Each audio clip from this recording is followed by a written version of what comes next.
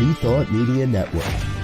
We are a global broadcast network of positive music, media, and entertainment, inspiring humanity's evolution along the journey of enlightenment and creating a world of love, peace, empowerment, and prosperity for all. New Thought Media Network. Positively inspiring.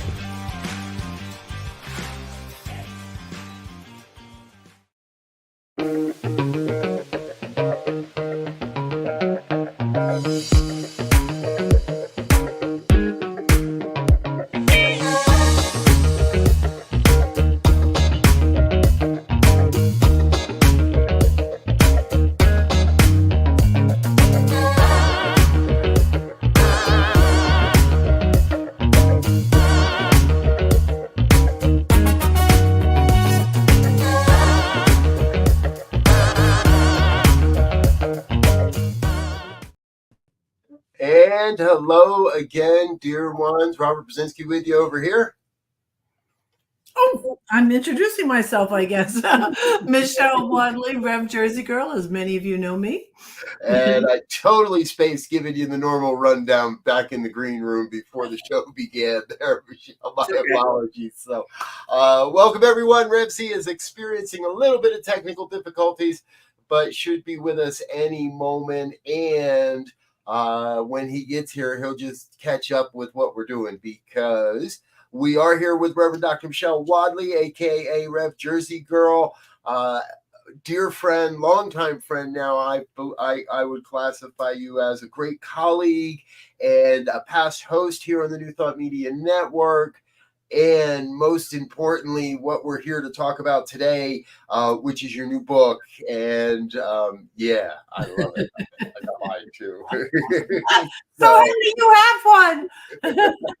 But I'm sure I'm not the only one. But before we jump into all of that, please share with the audience, do that self-introduction. Tell us a little bit about what we need to know about you in order to jump into this conversation. Oh, God. For those who have never met me before, my name is Michele Wadleigh. I am a Jersey girl through and through, born and bred, and I know you'll hear it. It comes out in attitude. But the beautiful thing about that is that it helps to position me perfectly to do the work that I do, because I'm one who the work that I bring forth in my courses, my classes, my retreat weekends is work that is born out of my personal journey. So I am a testimony to my own work. Not that you look at me and think, oh wow, I want to be her, but I have a lot of freedom in my life, a lot of great relationships, a lot of love. I get to experience spontaneous joy and bliss, which I keep crediting to doing the work, because when we get the stuff out of the way that can be in the way, what's left is joy. And it's not always obvious. So I'm doing the good work because, as far as I'm concerned, and I know it's part of your vision statement, Reverend Dr. Robert, about creating a world that works for all. Well, for me, I'm doing that one individual at a time, or one group of individuals at a time, because if we all learn to love and accept ourselves better and forgive ourselves better and do the kind of harder work, we're just better for the planet. We're better citizens for the planet, and we can live under a banner of do no harm, which is always my one of my priorities is, do no harm. And I do hold out for a real hope and dream that every member attending a Center for Spiritual Living, a Unity community, divine science, any of the New Thought spiritual metaphysicians, I have this want, wish, and dream that we become a collective spiritual army, which army sounds like a hard word to use, but that we become a collective spiritual army for good, for love, that love becomes, like our rally cry.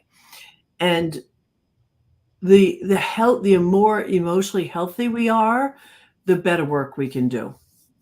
So that's what I'm doing in the world. Not it's funny. I was just speaking at a community, and I've kind of changed up my talks that I do on Sundays because I'm the kind of person when I walk in, people will look at me and go, "Oh God, not again," because the work is so heavy. It's not like, "Oh, let's manifest money." It's heavier work, so I'm not always the first person they want to see walk in the room.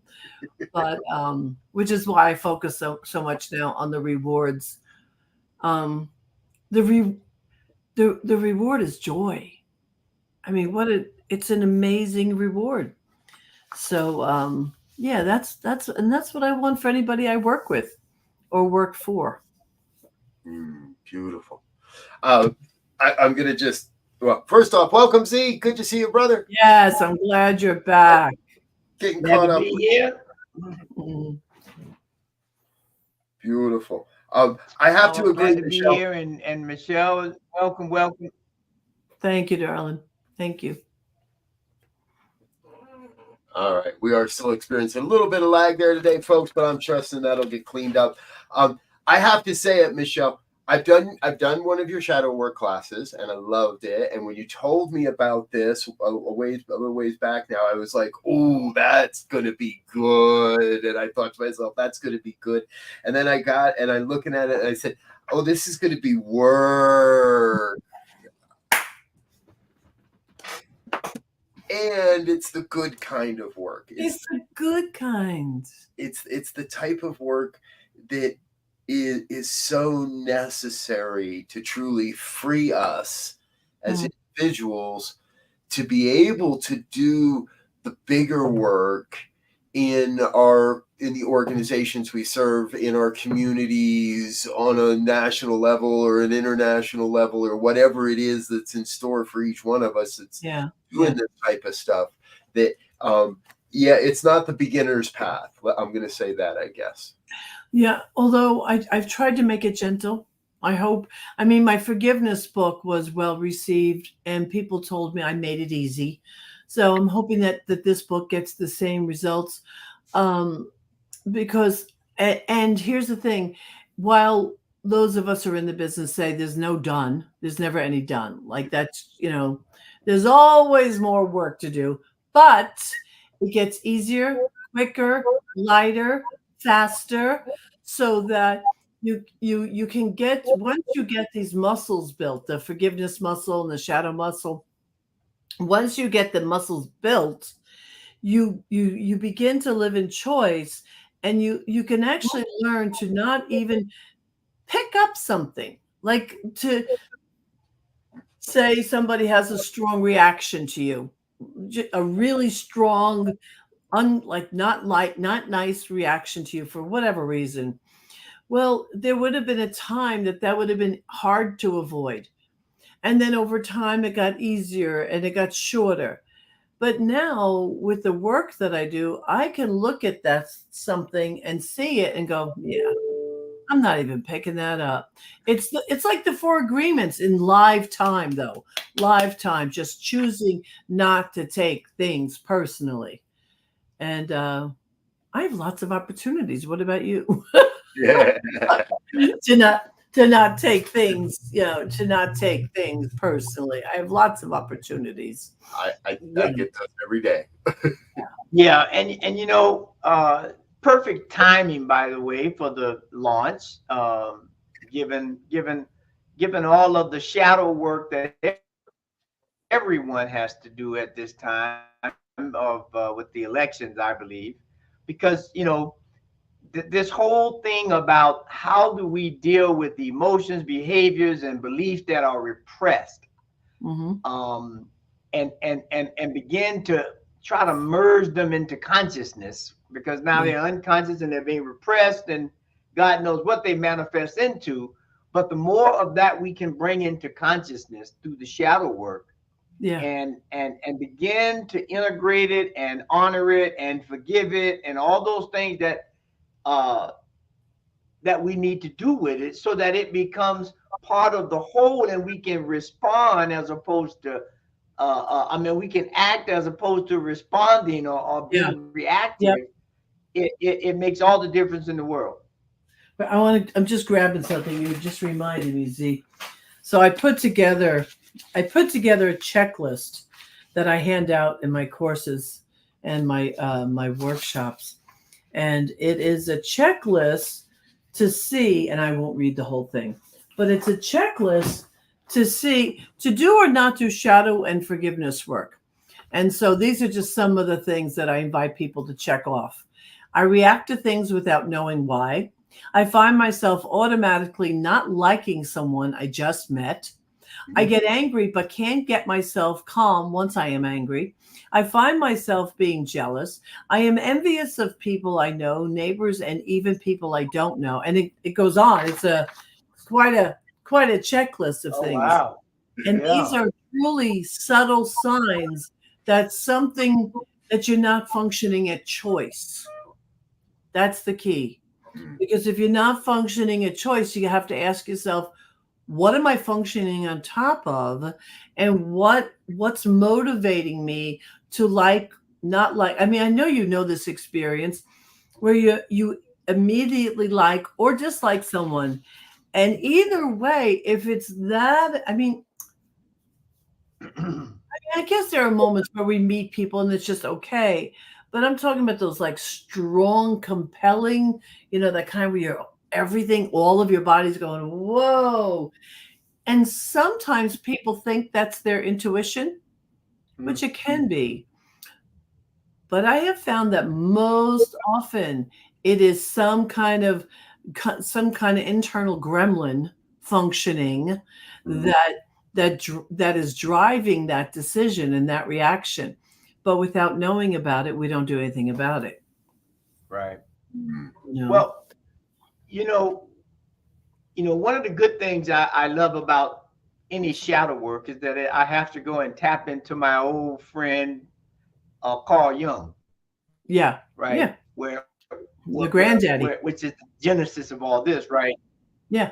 And although most people run from the shadow work, that shadow work is based on what we want to be is a true self, right? Because the self is the centerpiece of who we are. That is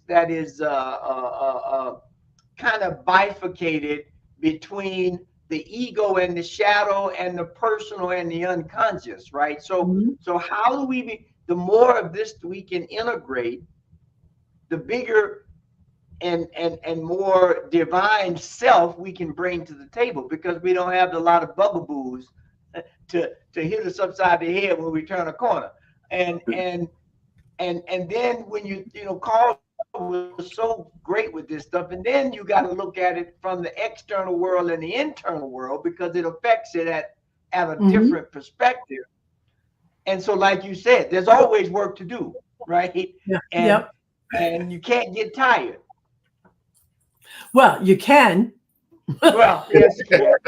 Yeah, you can, and it can be kind of exhausting. But the and Carl Jung, yes, I mean, he was the granddaddy of this stuff. What I have tried to do is I've tried to bring in the new thought perspective, spirituality, and the power of the word. Because for me, there's nothing like the power of the word. And the way I've come to describe it is, and this is going to sound a little fundamentalist kind of, I want nothing between me and my God. Right. But if my pain is there, it's interrupting my relationship with God.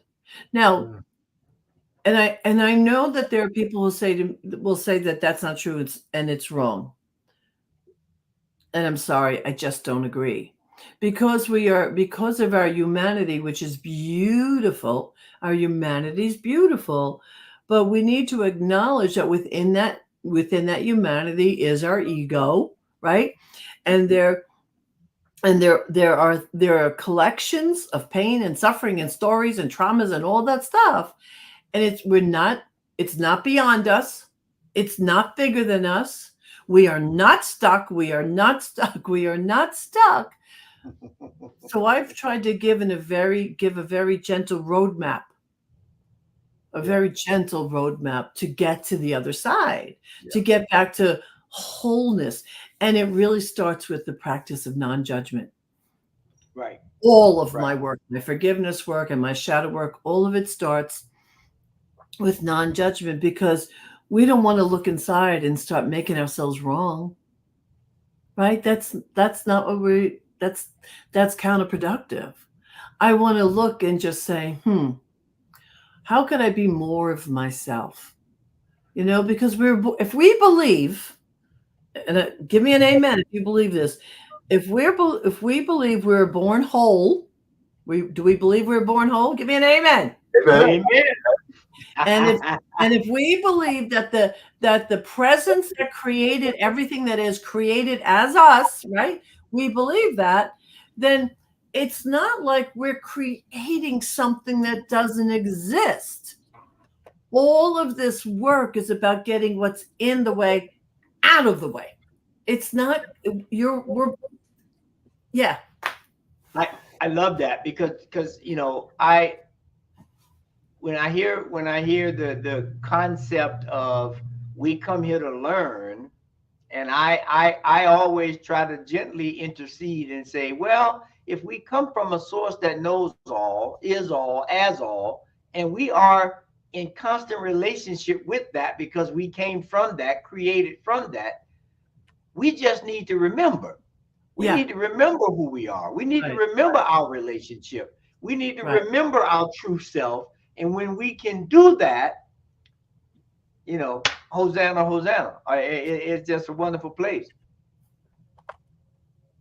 I'm reminded a lot in this conversation of Eckhart Tolle's Pain Body.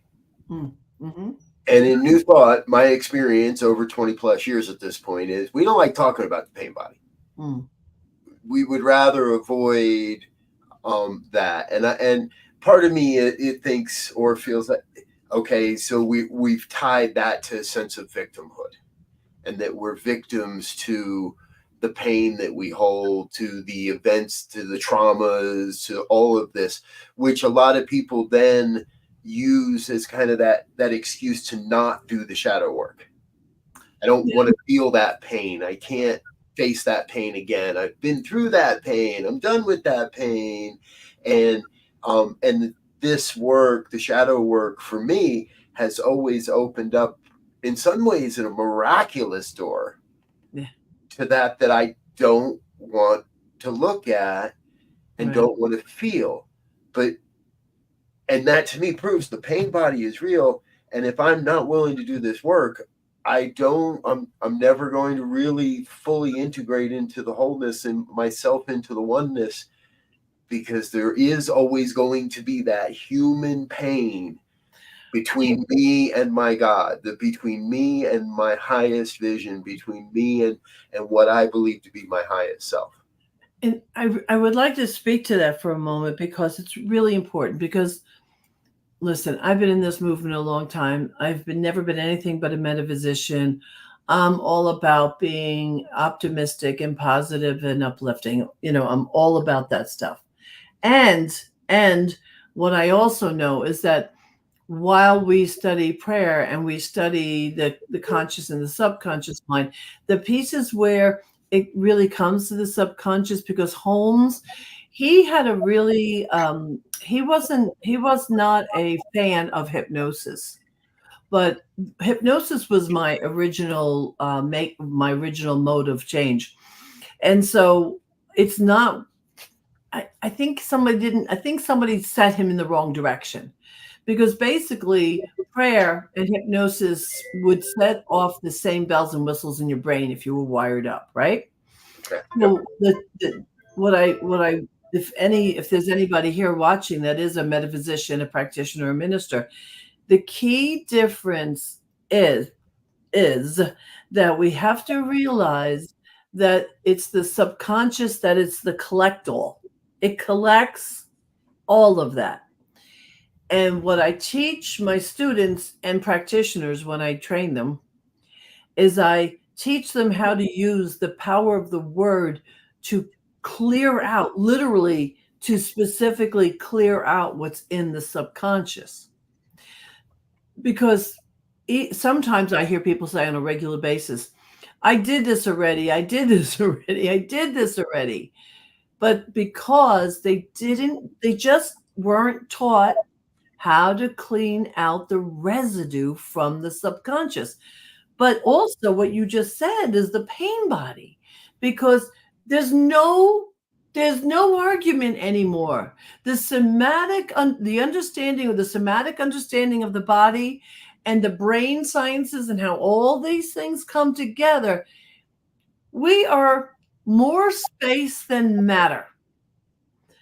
But in those spaces gets collected. All these things get collected. And it sits there unless we are constantly in alignment, constantly speaking a word that purges it, and then really directing our attention on getting the gunk out of the way. Yeah.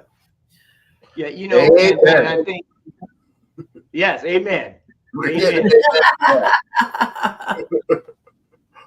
And you know, I think after hearing you say that, I think part of the challenge that people have, why they say they did it, you know, to really get involved with this work, right? I believe it requires us to look at hidden parts of ourselves, right? Mhm. We have to deal with unwanted things. We have to look at what triggers us, and you got to go deep to get that, because we've had years of covering it up. And Right. I don't think, you know, deep introspection and then looking at how your life has turned out may be very different from what you imagined at a younger age. And so now you have to repress some of that stuff because you thought you were going to be a superstar and you're just not, or you got some emotional charge from something, and you worked at it, but you haven't really made a reconciliation and released it. And so they keep coming back over and over again because that deep work hasn't been done. And you want to, if you want to, any 12-stepper that you could talk to. I'm not one, but I engage, and I very much respect the steps and the way they work them. There's no 12-steppers alive that would tell you, oh yeah, forgiveness. We need forgiveness as part of our steps all the time. It's a critical part of what they do. Yeah. And I just spoke to a gentleman today. He's been sober for 37 years, and he says, yep, forgiveness saved my life. You know, and so what happens in the courses that I teach under the Planned Happiness Institute, what happens in the courses is that when we do the shadow work, we find out that, there are places or people that we have to forgive, so we can sever the energetic bonds between us and the pain body, us and our memories, because we're habitual people, and we pull these memories up, and then we live into them, and then we subscribe to them, and then we wonder, why are they still in our lives? Because we keep pulling them up, and we keep resubscribing to them. It's about conditioning the mind, beginning with a practice of non-judgment, of not judging the self. I mean, none of us got here. We all make mistakes, but we don't usually wake up every day thinking, well, how can I screw up someone's life today? How can I screw up my son today? How can I, we don't, it's all of that is knee jerk. The stuff that happens is knee jerk. And it's got to be cleaned up. It's definitely got to be cleaned up. Yeah. Yeah. And the good thing about it, if you stick with it long enough, you begin to really see a difference in yourself first and the world around you, so that good. I've always used a good test if I'm working on something shadowy, to see after I've done some work if it still affects me the same way it used to. So if I see that person that I just do not like, and I get agitated every time I see them, if I'm doing my work, I can tell how progressed it is by whether I get annoyed when I see them the next time. That's right. That's right. That's the actual, that is the, what do they call that? The ink plot. That's the ink plot test. Yeah. Yeah.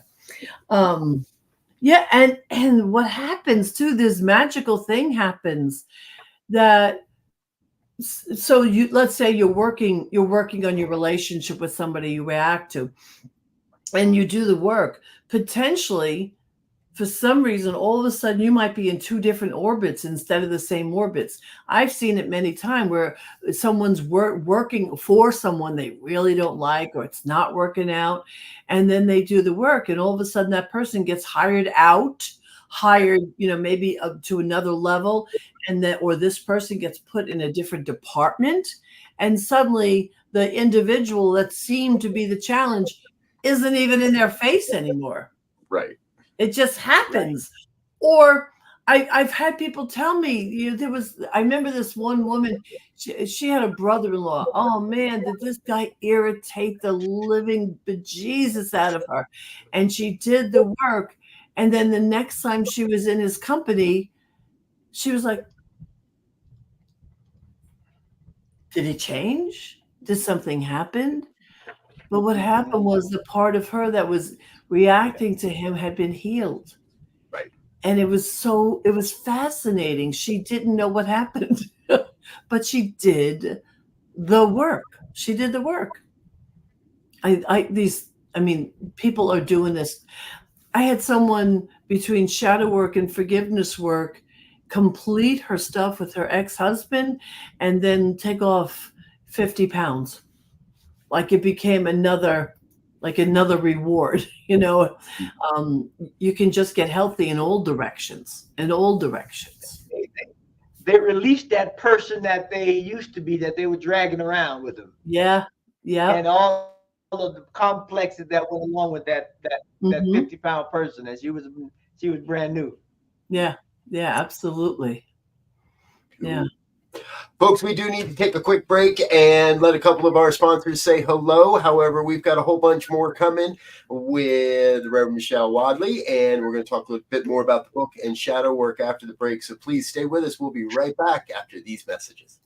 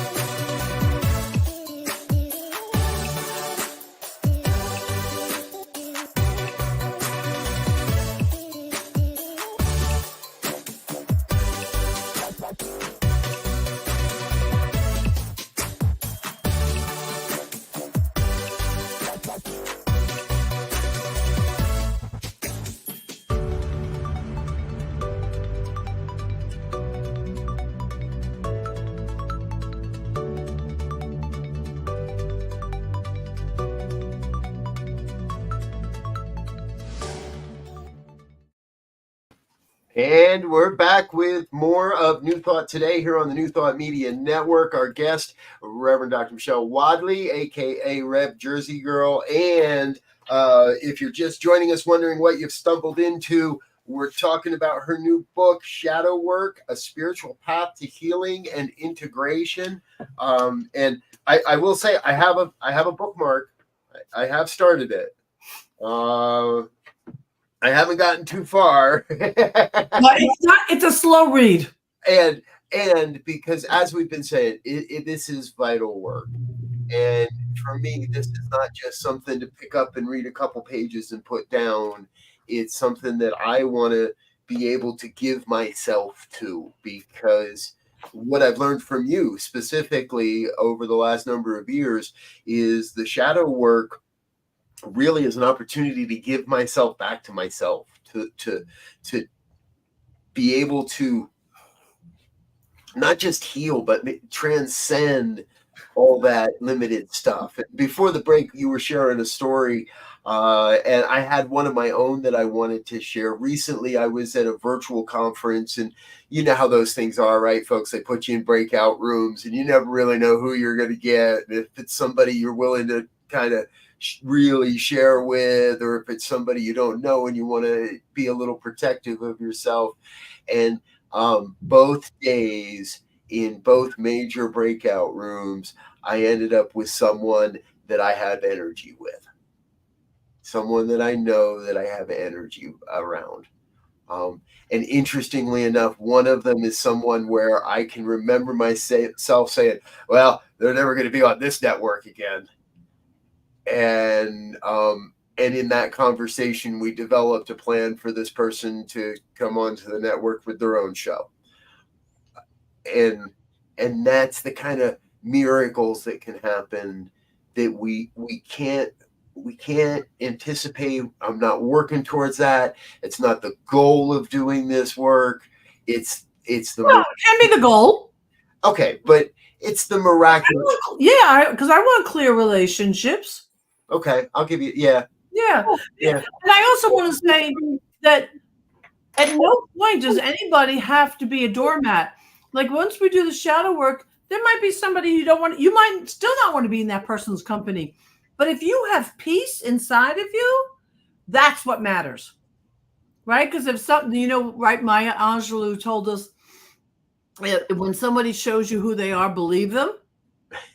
Yes. Right? And so that doesn't mean you have to go back and engage or be in this person's company, but it's about you having peace. And if you got that peace, oh my God, what a reward. That's a huge reward. But I just opened up the page. I don't remember what you just said, but I wanted to read. This is from the introduction. It says, you do shadow work because your shadow contains a wealth of energy, creativity, and qualities that hide within it. It lives at the depth of your subconscious. Each and every time you choose to face a shadow instead of turning away, you position yourself to receive the gifts and blessings that the universe is constantly trying to show you. But the most important reason is that with each shadow or shadow aspect that you welcome into the wholeness of your being, you become more authentic, beautiful, powerful, and a whole being. I mean, that's the reason. That's the reason. And you got to experience that by doing the work, and not because otherwise that person owns you. True. Right? When someone can when someone can make you react, they own you. I mean, and then that comes back again to what do you call it? It comes back to the 4 agreements, not taking anything personally. Because if I can make you feel good about yourself, I can also make you feel not so good about yourself. But when you take,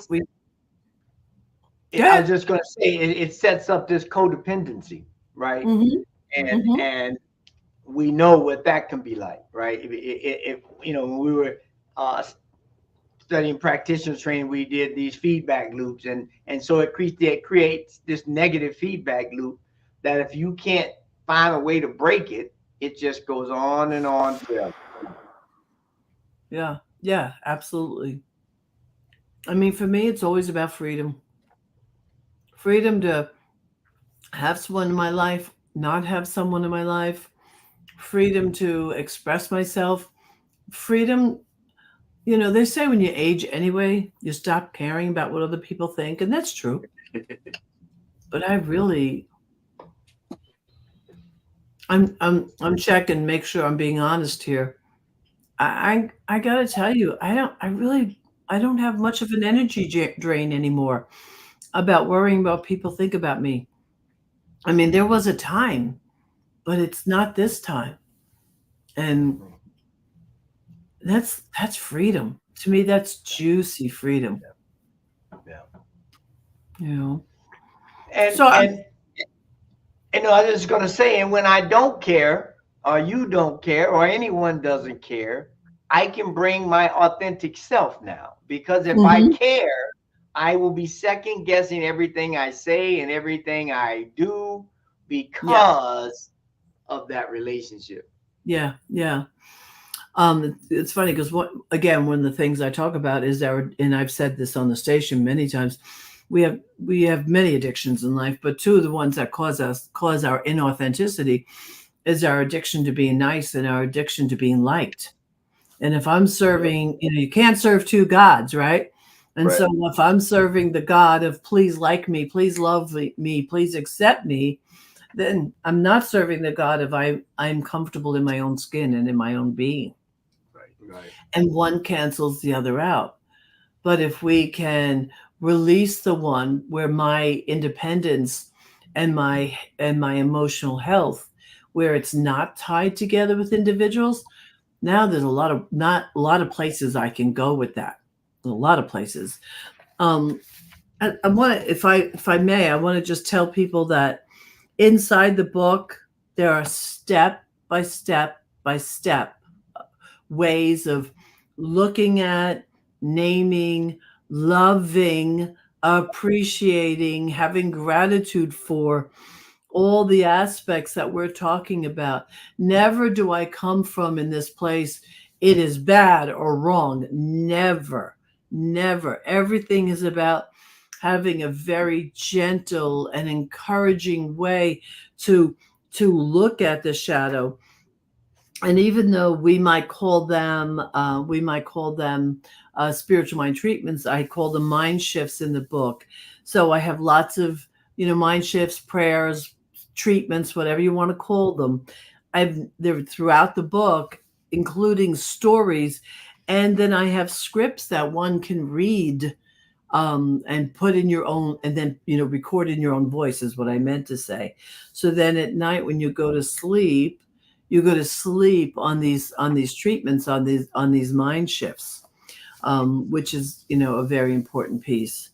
Um, and I'd like to deliver one piece that's in the book, so we're not just talking about the book, but that you get something from the book.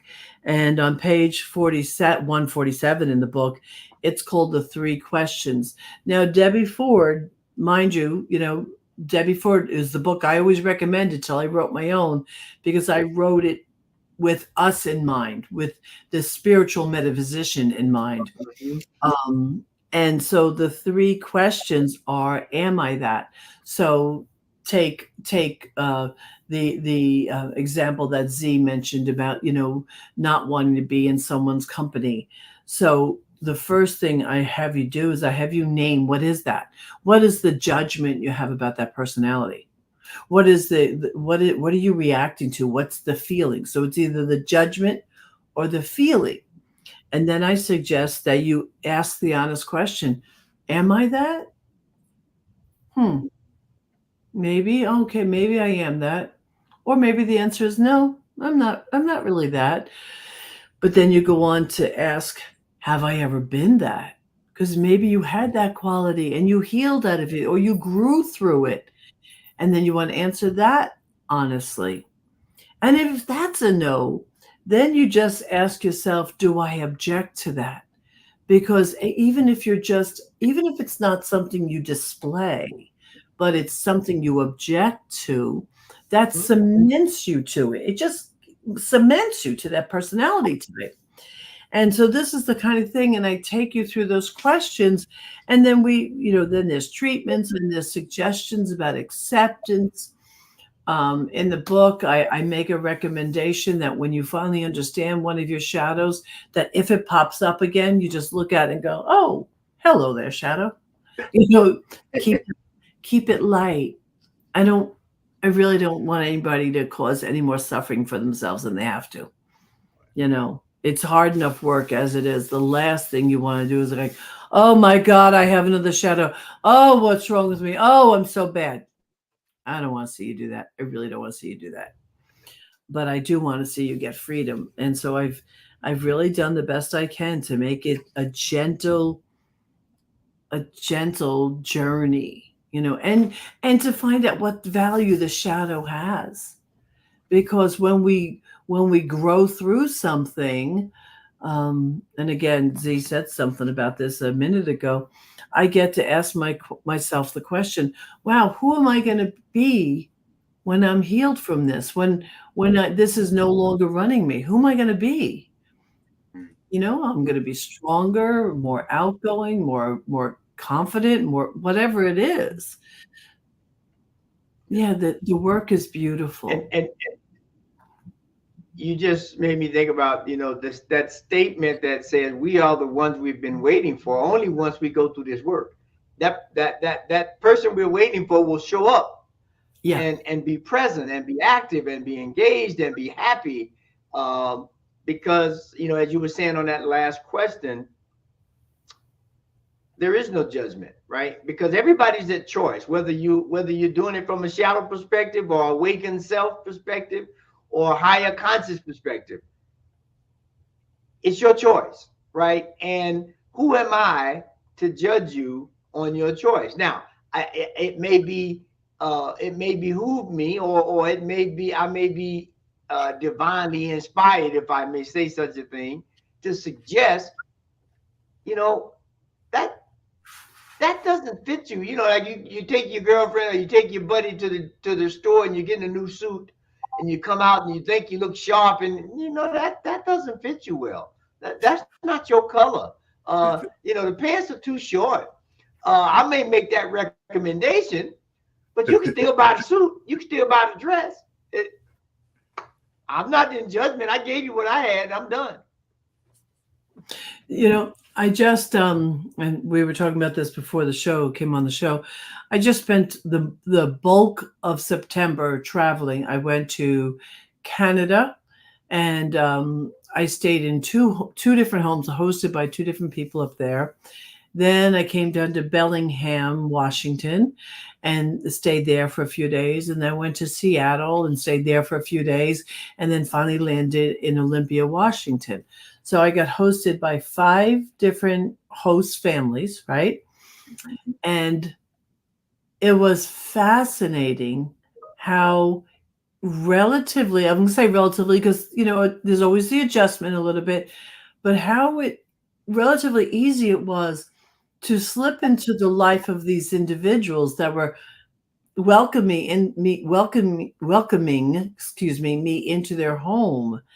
And I think at an earlier time in my life, I would have been fairly rattled. I don't think it would have been as easy as that, because it's come to a point where while the Buddhists have their very definite opinions about wants and expectations and desires and where that causes pain, without being a Buddhist, I got to see that when I've cleared the vessel of my pain body, that I'm able to accept what is in front of me. I'm able to accept people for how they are. I'm able to adjust maybe any unspoken expectations or give them up completely. So it was a fascinating test, or testament, I should say, to the work. And then I came home. I was home for 4 days and back out again. So I was like, oh, okay. Oh, I'm doing this. Oh, got it.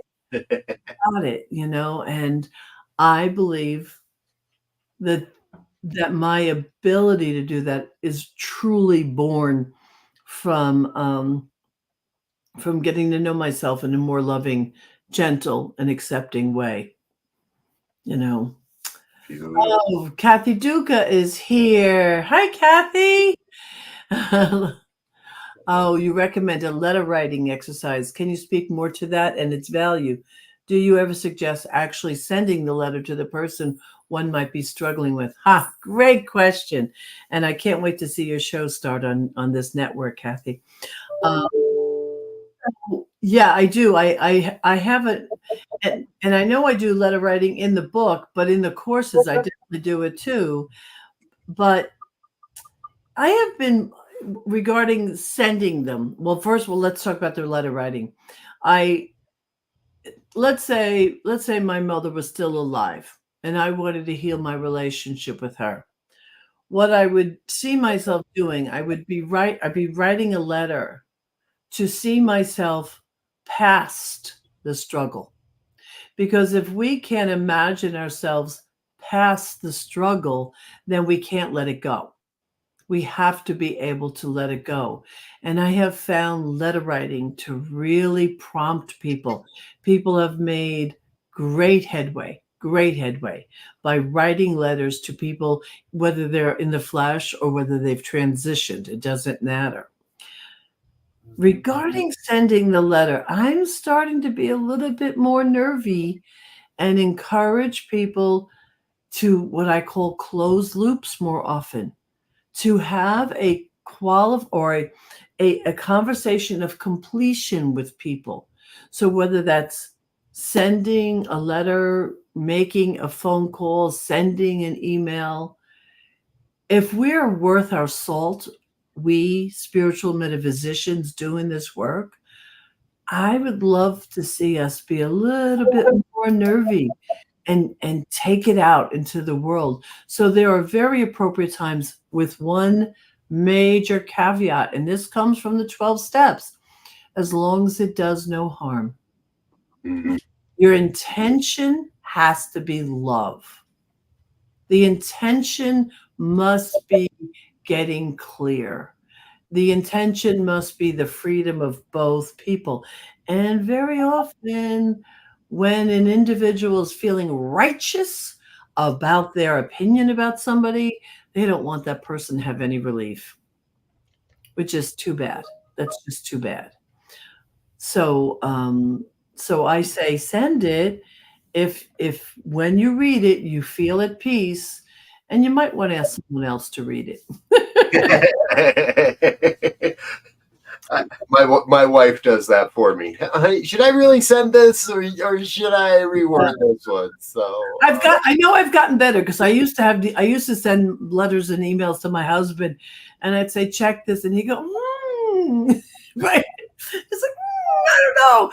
But over the years now he goes, oh yeah, okay, that's good. Oh, okay. So I guess I've learned it. And he's been one to really teach me. He was the person that really taught me how to take feedback. Because I used to struggle with feedback. I really struggled. I found it, quite painful, in all honesty. And he taught me how to move past that. And it's a beautiful thing, because now I'm eager for it. Because if I'm blind to something, I want to see it. I'd like to see it gently, please. yes, but I would like to see it. I would.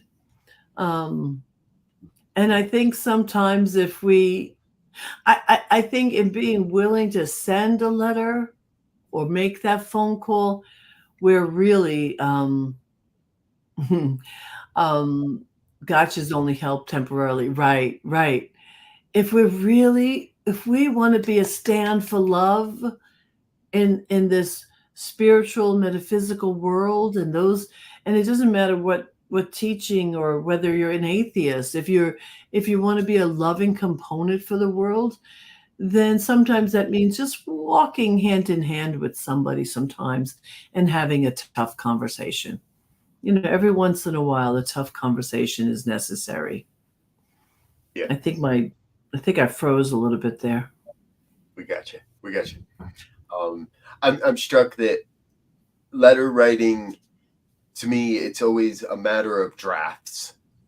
How many different drafts do I need to make to really say what it is that wants to be said, that can strip away maybe the reactionary emotions that are involved, or the deep-seated shadows that we aren't, and looking at, and I love the letter writing, the way you describe it and the way I've done it with you in class and such, that it really, but I would never think to send the first one.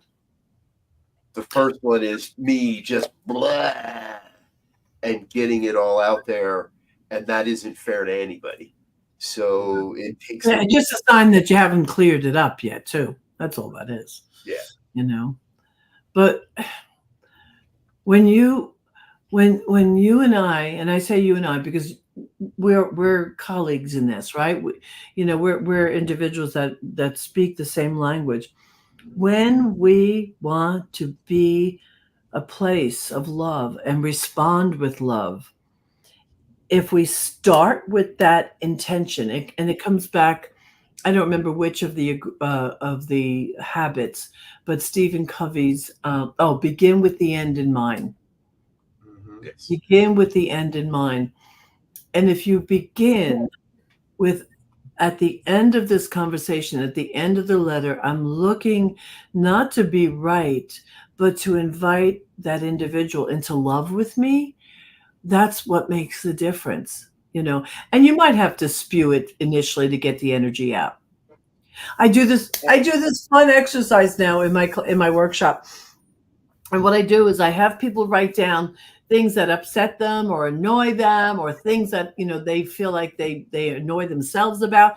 And I put them together in dyads, 2 people. And then I give them like 2 minutes to purge, but at the same time, so they can't even hear each other. So the entire room, everybody's just kind of purging all that blah, blah, blah, blah, blah, blah, blah. It's very funny. And most of them come out going, oh, I feel better. Some people feel a little heavier. It can go both ways. But the point is to release the captured energy, which is what your first draft is about. Yeah. Right? That's what the first draft is about. Let me just get it out. Yep. And then I can come back around and find my love, my love center, a little bit more quickly. Yes, beautiful. Yeah. Hey, folks, we do need to take one more quick break, and in this time, say thank you to our organizational sponsors and individual donors. But we've got a little bit more coming up, and we're going to come right back with our final thoughts. Please stay with us. Stay tuned. We'll be right back. Please help us say thank you to our organizational sponsors, including the Hefferland Foundation, Affiliated New Thought Network, International New Thought Alliance, Science of Mind Archives and Library Foundation, Center for Spiritual Living Denver, Center for Spiritual Living Midtown, New Thought Philadelphia, Planned Happiness Institute, Summit Center for Spiritual Living, One Heart Retreats, Center for Spiritual Living on the Lake, Unity Kitchener, Unity Spiritual Center Ottawa, Om Center for Spiritual Living, Satya Center, Begin Within Ministries, Center for Spiritual Living North Jersey, Unity of Savannah, and the Center for Spiritual Living Seattle, as well as all of our individual donors. Thank you for being part of the New Thought Media Network. Please like, share, and subscribe. New Thought Media Network, positively inspiring. Yes. Thank you to all of our organizational sponsors and individual donors. It's thanks to folks like you that we're able to take this message and share it with the world. And a special thank you, Reverend Michele, because both Planned Happiness Institute are on that list, and Center for Spiritual North Jersey, CSL North Jersey, are in there. And you and your beloved Neil are on the last slide as well. A great supporter of New Thought Media Network. So thank you so much for being a part of the family. You're welcome. Absolutely. All right. Final thoughts. Let's go to Z first, and then we'll go to Reverend Michele. What do we need to wrap this up today? Well, I'm such a big proponent of this work because I think it is the cornerstone of being authentic. We hear that word authentic being thrown. I hear that word, I speak for myself, thrown around.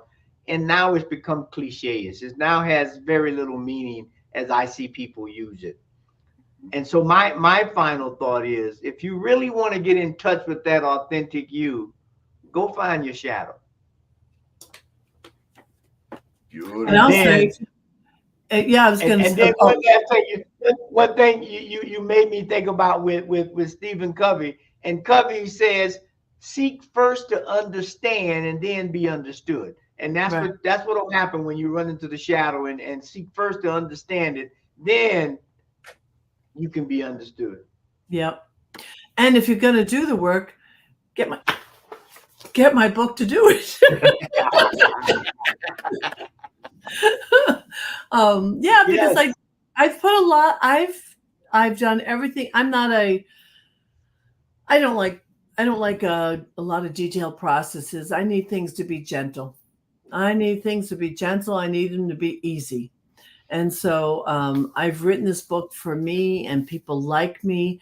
And I remember one time Kathy Duca was sitting in the audience on a Sunday when someone asked me to describe what shadow work was.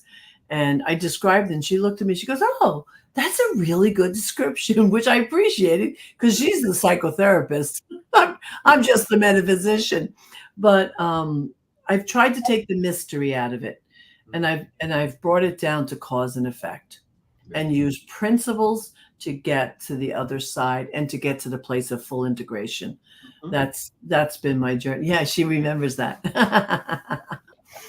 Yes, it was good. So I thank you for having me here again. I love being on this station. I know I won't be doing anything again till after my son's wedding because I've got to focus on the wedding now. Yes. I'm only the groom's mother, so I have less to do and less to fuss with, but I gotta. Yes. There's still work to do. Yes, there is. Yes. And you both stole my idea because I was going to say buy the book and then do the work. Yes. Don't just buy the book. You got to buy the book and you got to do the work. And then I picked it up and I looked at on the back cover, and right there, for anyone who is ready to take charge of their lives, love themselves like crazy, be free of trauma, and open the door to all their possibilities, Michele Wadleigh is a powerful guide, and this book is the ticket. That's by Tama Keeves. Yeah, thank you, Tama. And by the way, I haven't even mentioned, I have a slew of courses on my website that I facilitate to help you walk through. Yeah, there we are. And there's a whole bunch of courses that I walk with you and take your hand and love you through that. So you can go ahead in there and check that out. Robert and Z, thank you, my darlings. I really appreciate you for being here. Always a pleasure. And thank you for watching. Thanks. On behalf of the New Thought Media Network, we invite you to stay tuned and join us again and again. But until next time, we wish you peace and richest blessings. Bye now.